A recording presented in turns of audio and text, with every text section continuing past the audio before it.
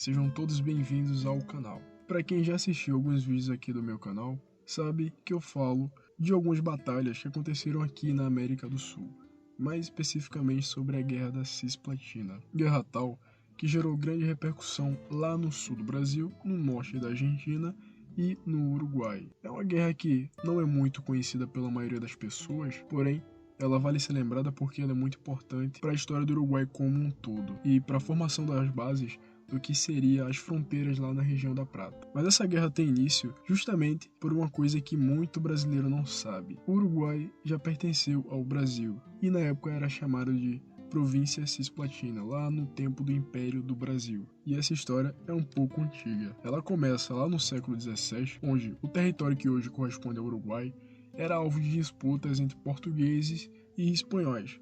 A região era muito estratégica devido à sua localização entre as possessões portuguesas no Brasil e as espanholas no vice-reinado do Peru e da Prata, pois a região estava em frente à bacia hidrográfica do Rio da Prata. E essa bacia dava acesso a diversos rios que levavam ao interior do continente. E isso era muito estratégico economicamente para todas as potências, Portugal e Espanha. Até porque naquele tempo não havia trem, não havia estrada, não havia avião. O melhor jeito, mais barato, mais simples, de você transportar grandes cargas por longas distâncias e em um tempo relativamente curto e economizando em certa energia, era através de navios. Se você queria levar, por exemplo, 10 toneladas de cana-de-açúcar, de café, de um lugar para outro, seria muito mais fácil poder ser transportado através de navios e não de burros, carroças, o que gastaria muita energia. Então a região é muito estratégica até hoje em dia devido a isso, porque mesmo com essas tecnologias de hoje, o trem que ajudou muito, o avião também, o carro, barco continua sendo o meio mais barato e eficiente de transportar grandes quantidades de carga de um lugar para outro. Mas voltando à história, em 1680, a fundação da colônia do Santíssimo Sacramento pelos portugueses marca o início das tensões na região. A colônia do Sacramento era uma fortaleza portuguesa em território reivindicado pela Espanha, ou seja, Portugal já estava começando a dar uma certa dorzinha de cabeça na Espanha, pois a Espanha queria aquele lugar, porque com a criação dessa colônia, a Espanha já começa a ficar muito descontente, pois ela sabe que com aquela posição estratégica, Portugal teria mais vantagens para comercializar com a própria colônia dela do que ela mesma, ou seja, isso era mal para os negócios espanhóis. E isso gerou diversos conflitos entre eles e diversos tratados para tentarem dar um jeito nisso. Porém, no início do século XIX, lá com as guerras napoleônicas e a independência da América Latina, essa rivalidade acabou sendo transmitida para os descendentes dessas potências, que foram o Brasil e as Províncias Unidas do Rio da Prata, que atualmente é a Argentina. Lá em 1810, aconteceu uma revolução muito importante naquela região da Prata, que foi a Revolução de Maio, que iniciou o processo de independência das Províncias Unidas do Rio da Prata. E eles também queriam incluir o território uruguaio. Mas, avançando um pouco no tempo, após essa Revolução de Maio, em 1816, aconteceu a primeira invasão portuguesa. Afinal, aquela região já não era mais dominada por Portugal. A Espanha tinha conseguido o que ela queria, pois naquele momento Portugal não dominava aquela região mais. E com a independência das Províncias Unidas, o território uruguaio, conhecido como Banda Oriental, se torna um ponto de interesse do reino de Portugal, Brasil e Algarves. Naquele tempo havia o Reino Unido de Portugal, Brasil e Algarve. E Portugal, aproveitando-se da fragilidade das novas repúblicas sul-americanas e com o objetivo de expandir seus domínios, ele inicia uma invasão à Banda Oriental. As tropas portuguesas, lideradas por Carlos Frederico Lecor, capturam Montevidéu em 1817 e, em 1821, a Banda Oriental é formalmente anexada ao Reino Unido de Portugal, Brasil e Algarve, passando a ser chamada de Província Cisplatina. A anexação foi justificada pelo apoio de algumas elites locais, que viu vantagens econômicas e políticas à união com o Brasil.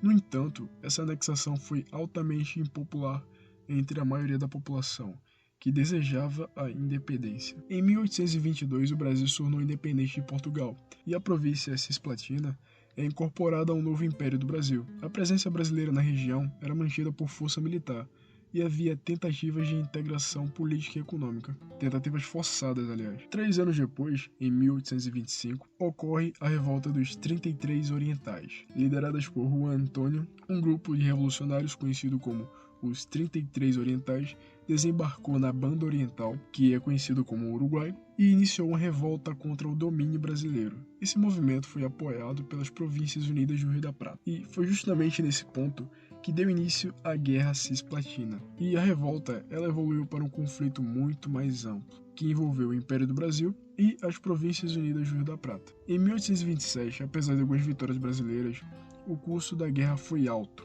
e o Brasil começou a enfrentar dificuldades econômicas e militares, o que também coincidiu com a crise do governo de Dom Pedro I. E isso foi um dos motivos que acarretou justamente a sua renúncia e voltar para Portugal. Em 1828 foi assinado o Tratado de Montevidéu e a independência do Uruguai foi oficializada ali. Com a mediação do Reino Unido, o Tratado de Montevidéu foi assinado, reconhecendo a independência da Banda Oriental como o Estado Oriental do Uruguai.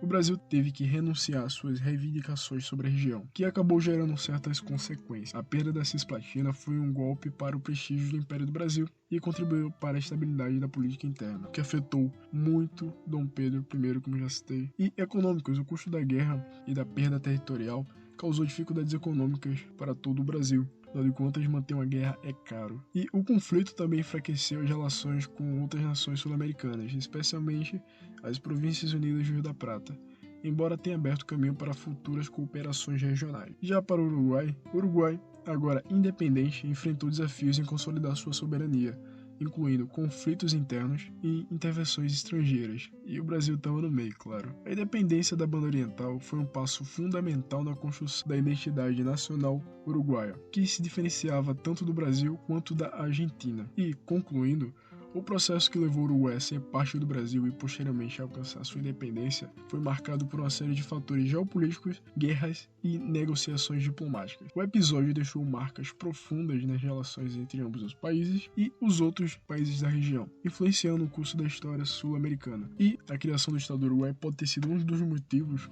para a ocorrência de uma grande guerra que aconteceria anos depois na mesma região. Se gostou do vídeo,